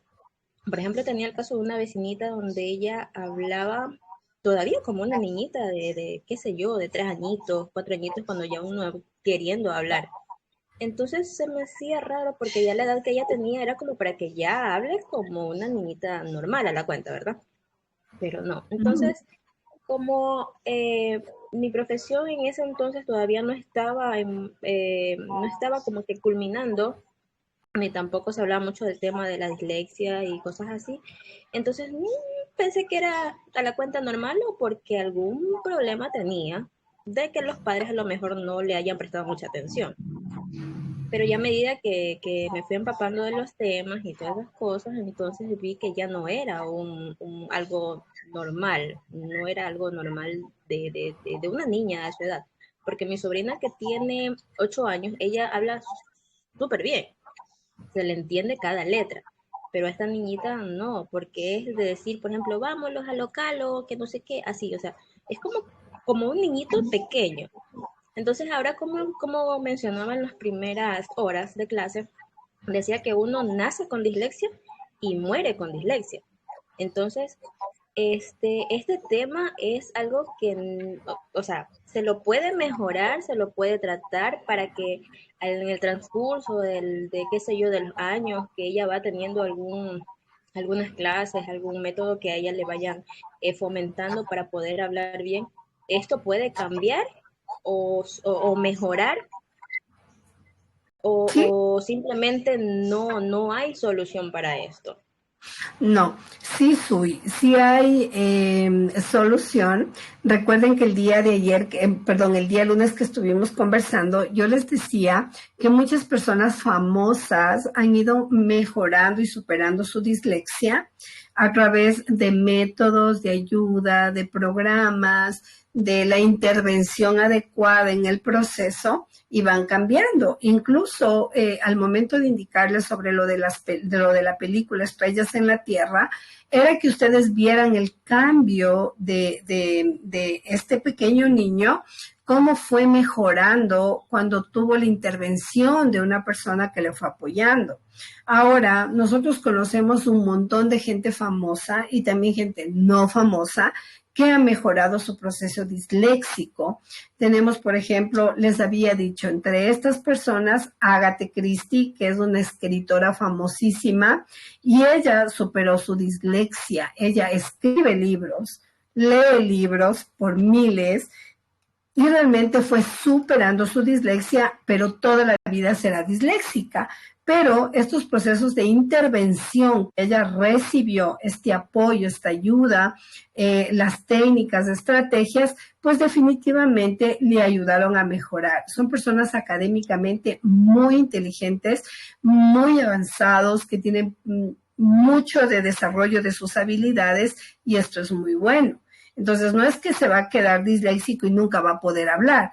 Además, si es que la nena tiene problemas en el lenguaje, estamos viendo que no es un proceso de dislexia, sino más bien dicho un trastorno del lenguaje, donde se tiene que trabajar en terapia del lenguaje. Esto le va a ayudar a mejorar su lenguaje, evidentemente. Pero si es que no tiene esta intervención, si no recibe esta ayuda, pues ella va a escribir lo que ella habla y lo que ella escucha. Entonces, por eso es importantísimo darle una terapia de lenguaje. Pero esto funcionaría si a ella de pronto le empezaron a dar desde los 7 años en adelante, que ya se dieron cuenta que no puede hablar bien, o sea, o tiene poco que ver si hubiese sido con anticipación, hubiese sido No. mejor. Ahí Mejor. está dentro. Claro, hubiera sido muy bueno que le hubieran podido ayudar a los 4 años o 5, pero como no tuvieron, no pasa nada. Tampoco es que está perdida la niña, sino que estamos en un tiempo adecuado para poderle enseñar. Pero esto no significa que la niña nunca hable o hable bien. ¿Por qué? Porque no habla bien porque no tiene el proceso, no tiene la terapia, no tiene la ayuda, no tiene la intervención adecuada. Pero si ella empieza a recibir la intervención adecuada, la terapia del lenguaje, obviamente que va a mejorar su lenguaje y va a mejorar muchísimo, notablemente, incluso hasta su autoestima. Entonces, por eso es bien importante tratar estas dos áreas, ¿no? Terapia del lenguaje, autoestima. Terapia del lenguaje, autoestima. Qué bien, hoy ya no dijiste callo, hoy dijiste carro. Perfecto, eres una excelente estudiante, eres muy buena, lo estás haciendo súper bien, gracias por mejorar. Esto, aunque parezca trillado, al cerebro le hace pensar de manera diferente y le hace actuar de manera diferente. Por eso es importante que nosotros premiemos los logros de nuestros estudiantes de una manera afectiva, porque en los niños pesa más el afecto que cualquier otra cosa. En este tiempo, al menos, sí. Entonces, no, si hay solución, hay que hacer una buena intervención, eso sí, pero súper buena intervención y trabajar con ella en terapia del lenguaje. Ya. Y en cuanto a lo que escriben, no recuerdo si el hablar es dislexia, el escribir es. No. El mal escribir. A ver, dislexia es escribir mal, ¿sí? Es escribir mal, leer mal, hablar mal, ¿sí? Yeah. Cuando nosotros hablamos de hablar mal es dislalia. Cuando hablamos de escribir mal es disgrafía. Y cuando hablamos de eso múltiple, dislexia. Ya, ¿Sí? entonces la disgrafía. ¿En qué momento yo me puedo dar cuenta? ¿En qué momento yo me puedo dar cuenta que es esa, que tengo ese problema? O que un alumno tenga ese problema. ¿Cuándo se puede dar cuenta? A partir de los 7 años. 7. Con que él me escriba, por ejemplo, yo, perdón, yo suelo siempre poner una palabra al momento de escribirla en el teclado, ponerla recuerdo. Ya que quiero escribir recuerdo, pero yo no sé las letras, qué sé yo, se me van y se me pone resuerdo. Ahí sí hay confusión de palabras, confusión de letras. Verán, creo que ustedes tomen cuenta en algo, ¿no? Y a lo mejor las personas de la costa me van a dar un poco la razón o no, pero bueno. Hay algo muy importante y es que muchas veces nosotros decimos mala palabra y así enseñamos a nuestros estudiantes. Generalmente esto pasa en la parte de la costa. Personalmente no estoy diciendo que los profesores de la costa lo hacen mal, solamente les comento porque es muy notorio esto del, por ejemplo, cuando nosotros decimos concepto con P, generalmente le dicen concepto. ¿Han escuchado ustedes? Sí, esa parte sí. La palabra concepto. Dicen, estudiantes, vamos a escribir concepto. No todos, por favor, no todos los docentes. Digo, por favor, algunos. Entonces, el niño escribe lo que escucha. Concepto. Entonces, el niño cree que la palabra está bien escrita. ¿Por qué? Porque su docente lo está diciendo. Entonces, es importantísimo que si nosotros empezamos a ver un niño que dice resuerdo y no recuerdo, es porque el niño no ha aprendido a identificar bien las palabras y los sonidos. Por ejemplo, muchos de los niños confunden la S con la C, especialmente en la construcción de palabras de sapo o de casa. ¿Por qué? Porque C no siempre suena K, sino también suena C. Entonces, si yo le digo al niño, escriba recuerdo, el niño discriminó perfectamente la letra S, pero no la letra C, que suenan muy parecido. Entonces, es muy difícil enseñarle al niño, por ejemplo, la palabra C. Entonces, nosotros le decimos C de casa y le decimos S de sapo. Entonces, el niño confunde porque no sabe discriminar. Entonces, ¿qué es lo que debemos decir? La letra C, ¿sí?, se utiliza en diversas palabras. No siempre suena C, suena K. Por ejemplo, casa, carro, camión, camisa, pero es la C, ¿no es cierto?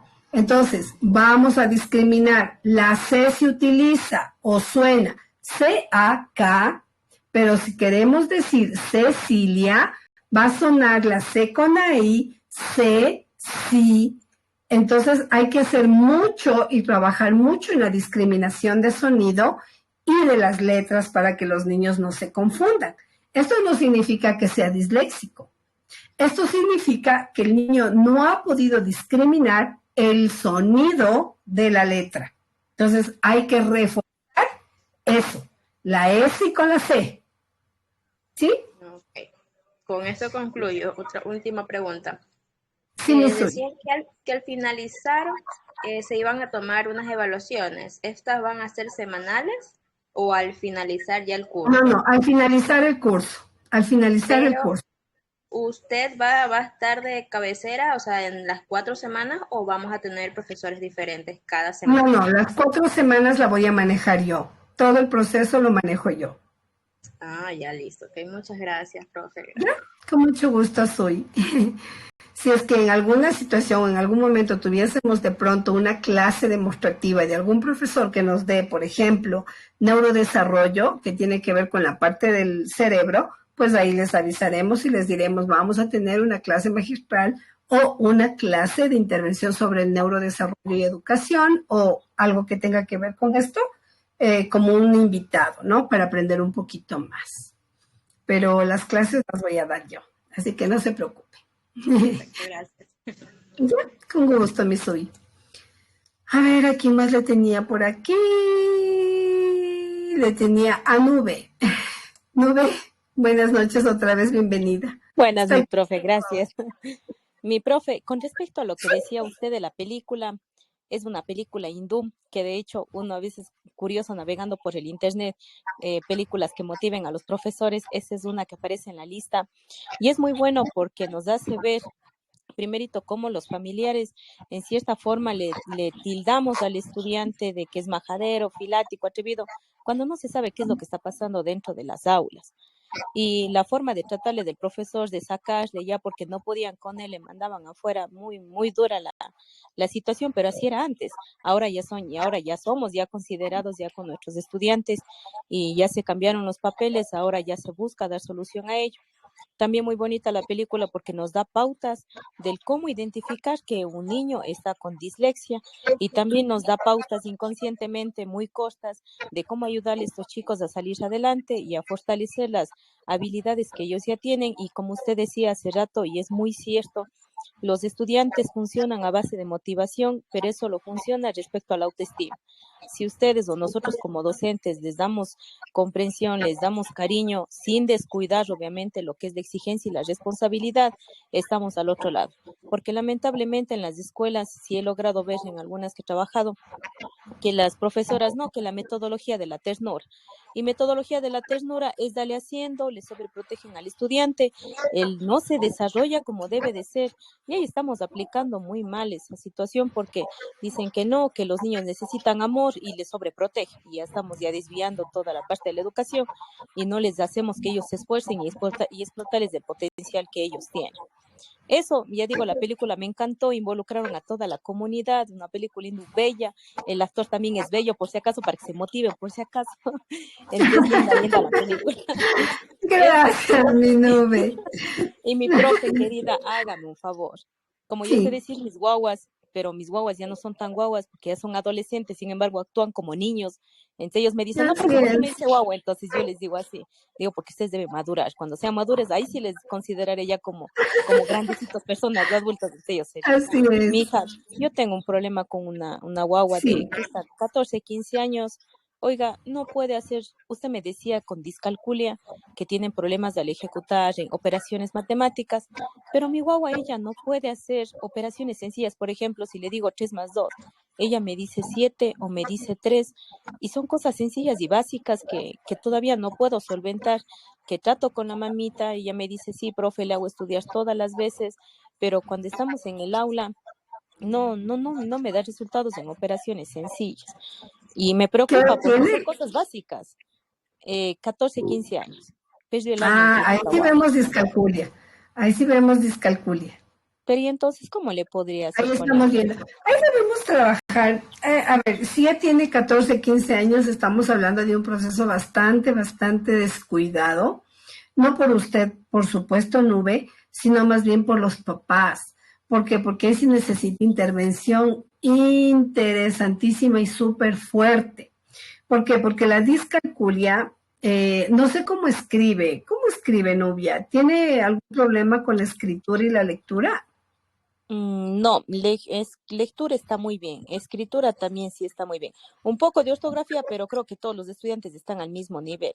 Pero ella es la que más me preocupa, ya digo, porque no puede operaciones básicas. Y si le digo 3 por 2, no puede. Ahora, estaba intentando por el método japonés en donde hace líneas cortadas y en donde se unen, esos son los puntos que debe de contar y nos da la solución. También les dice, entonces sí le ayuda. Pero a veces veo que ella también no quiere hacer eso porque cómo le ve al compañerito de al lado. Entonces, le veo también más lo que pasa es reservada. que está entre los 3 y 14 años y claro, chuticas, ellos saben y yo no sé. Ellos pueden y yo no puedo. Entonces, Nube, yo recomiendo algo, que los ejercicios que se hacen con el método chino lo hagan todos. Por ejemplo, yo recomendaría la utilización del ábaco. Y el ábaco a todos. Ok, chicos, vamos a conseguirnos un ábaco. No son ni caros, los podemos conseguir incluso hasta en $1.50 y vamos a trabajar, chicos, con el ábaco. ¿Ustedes saben cómo es el ábaco? ¿Ustedes han trabajado alguna vez con el ábaco? Y los chicos, algunos dicen, facilísimo, profe, pero otros dicen, nunca, profe, he trabajado con el ábaco. Ok, vamos a trabajar con una estrategia interesantísima, el ábaco, y esto le va a ayudar a su estudiante. Recuerden, Nube, que nosotros hacemos inclusión educativa, no integración. Inclusión implica que nuestro estudiante es parte de todo el proceso educativo y que las estrategias que usted va a utilizar para ella les va a servir a todos. Entonces, utilice el ábaco. Esto le va a ayudar un montón a ella, aunque sea grande y todo. Incluso los chicos se divierten a full con el ábaco y esto les ayuda un montón y esto le va a ayudar a ella a mejorar muchísimo su discalculia. También es importante presentarles series numéricas para que los ordene. O sea, por ejemplo, como está en clases y no le gusta que nadie le vea, usted le dice, ok, te voy a mandar series numéricas a tu casa y me vas a traer mañana las series numéricas. Esto ayuda muchísimo también en la discalculia, siempre de menor a mayor y de mayor a menor, o viceversa, estas series numéricas, y esto le va a ayudar a estimular la memoria, y al estimular la memoria a corto plazo, le va a ayudar a sostener la atención, y al sostener la atención, pues evidentemente ella va a poder mejorar su discalculia. Este tipo de estrategias son súper buenas para trabajar porque es grande, ¿no? Entonces, las tablas, por ejemplo, con fichas. Yo les diría a todos los chicos, mañana tenemos prueba de las tablas de multiplicar, aunque estén en 10º, en 8º, en 9º. No, profe, ya sabemos. Bueno, chicos, aquí tengo yo en el programa que hay que volver a las tablas de multiplicar. Vuelva a las tablas de multiplicar. Hágales hacer tablas de multiplicar, así en unos, como por ejemplo, le voy a mostrar, porque yo tengo mi propio material, ¿no? Pero, por ejemplo, les diría, aquí en una cartulina como estas vamos a hacer la tabla del 2 al 12. En la otra cartulina vamos a hacer la tabla del 3, luego la tabla del 4, la tabla del 5, hasta la tabla del 11 o 12. Y usted les hace trabajar con las tablas de multiplicar, tomando en cuenta que la suma, resta, multiplicación son operaciones básicas que los chicos no reconocen muy bien porque no han tenido un buen sistema de aprendizaje. Entonces, ¿qué hay que hacer? Regresar. Y así se da unos tipitos y dice, chicos, vamos a hacer operaciones matemáticas, yo que sé, estamos en factoreo, pero necesitamos la multiplicación. Así que saquen sus tablas de multiplicar. Esto les va a ayudar y a ella, especialmente a ella que lo necesita tanto, le va a ayudar un montón. Y no le va a discriminar, va a socializar. Y eso, a sensibilizar. Y eso es importantísimo. Sabe que mi profe, el ábaco, sí lo utilicé el año anterior con ella mismo, pero eso lo utilicé en los proyectos escolares donde mi institución planteó el uso del ábaco como estrategia y los avances y la evolución hasta la computadora. Oiga, les torturé con sumas, restas, multiplicaciones y hasta divisiones. Entonces, pero aún así la guagua no aprendió. Entonces, ahora Tiene que continuar con el proceso. En las series numéricas que usted me ayuda. Series numéricas y tablas de multiplicar. Sí, ya. Series numéricas y tablas de multiplicar y sumas. Por ejemplo, 125 más 132 más 241. Empiece a sumar desde los últimos números. Por ejemplo, 241 más 241 más 241. Some 1 más 1 más 1, ponga al final. 4 más 4 más 4, ponga la suma. ¿Cuánto lleva? Y así. Series numéricas, no en descomposición numérica. Esto les ayuda muchísimo también, porque ella debió haber tenido o una pésima profesora de matemáticas cuando fue pequeñita, o realmente tuvo problemas de discalculia desde muy chiquitita y no fue intervenida. Entonces, intervenir. ¿Y cómo hay que intervenir? Con estrategias. No hay más. Sí, mi profesor, y eso me preocupaba. En eso, mi profe. Y otra sugerencia más también. Otra de las cosas que usted puede hacer es la utilización del juego de la yenga. Sí saben cuál es el de la yenga, ¿no es cierto? El de las tablitas chiquititas que se van... sí. Se van ubicando y quitando. Ese juego es baratísimo. Cuesta como, bueno, no tan baratísimo para muchas personas, pero cuesta como $2.50 o $3. Yo les diría, chicos, vamos a comprar una yenga. Todos vamos a comprar yenga. Entonces, todos, o por ejemplo, dividiría al grupo, suponiendo que son 35, dividiría en 7 y diría, ok, chicos, vamos a comprar cada grupo una yenga. Nos vamos a poner de acuerdo y vamos a comprar. Y todos vamos a jugar un día X, cualquiera, la yenga. Eso, aunque usted no lo crea, tiene algo impresionante para la concentración y el desarrollo de memoria a corto plazo. Eso ayuda muchísimo en la matemática y a las personas que tienen discalculia. Entonces, ¿cómo sería? Porque eso sabe venir con dados, me parece. Entonces, ¿qué sería? Son unas maderitas. Yo tengo por aquí. Son unas tablitas, yo tengo, pero no sé dónde está ahorita, pero son unas tablitas pequeñitas y se van colocando una sobre otra como una especie de castillo de gradas. ¿Sí? Entre todo el grupo juegan y algún rato cuando se derriba la torre, pues entonces ahí se hace cuántos puntos tienes, cuántos puntos menos y se les va ayudando muchísimo en el proceso. Este ayuda mucho. Ya, mi profe, muchísimas gracias. Con muchísimo gusto, mi novia. Bueno, mis profes queridos, hemos llegado a la finalización de la clase de hoy. Nos hemos quedado en la diapositiva número 15. Sí, hemos prácticamente terminado todo, pero voy a pasarles esta última diapositiva donde les quiero recordar, ¿no?, que hay que tomar en cuenta que las dificultades de aprendizaje y el rendimiento académico no tienen muchas veces que ver.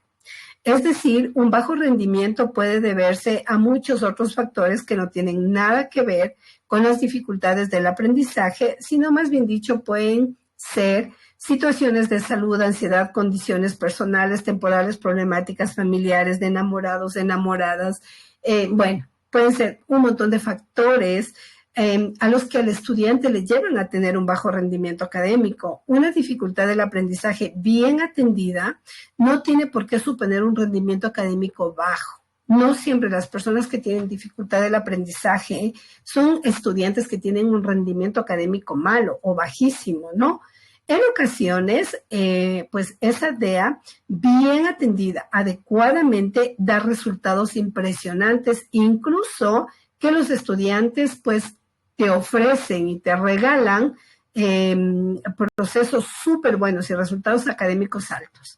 Así que hay que tener esto muy en cuenta. Por eso les he puesto aquí al finalizar, ¿no? Para tener en cuenta que las dificultades del aprendizaje y el rendimiento académico no siempre tienen que ver bajo rendimiento, problemas de dificultades. Pueden ser cualquier otro tipo de problemas que están generando un rendimiento bajo académico. Entonces hay que detectarlo súper bien y tomarlo muy en cuenta. ¿Sí?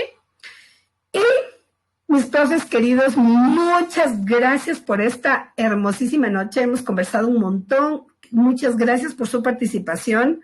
Realmente nos hacen muy felices poder escuchar sus palabras, sus preguntas, sus inquietudes. Esa es la mejor manera, créanme, la mejor manera de poder aprender a través de las experiencias de los demás y poder irles dirigiendo de alguna manera. También yo aprendo mucho de ustedes, estoy muy agradecida. Así que nos estaremos viendo con nuestra siguiente clase el día viernes, que vamos a continuar con la siguiente fase, que estamos ahorita en la unidad 1, la próxima semana viene ya la unidad, hoy estamos en la unidad 1 y unidad 2, la próxima semana viene la 3, 4, la siguiente 5 y 6, y la siguiente que para finalizar 7 y 8.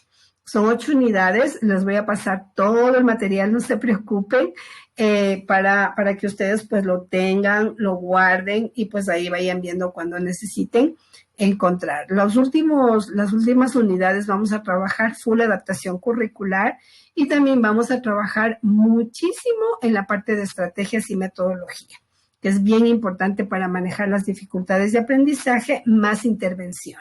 Así que, mis profes queridos, les doy las gracias.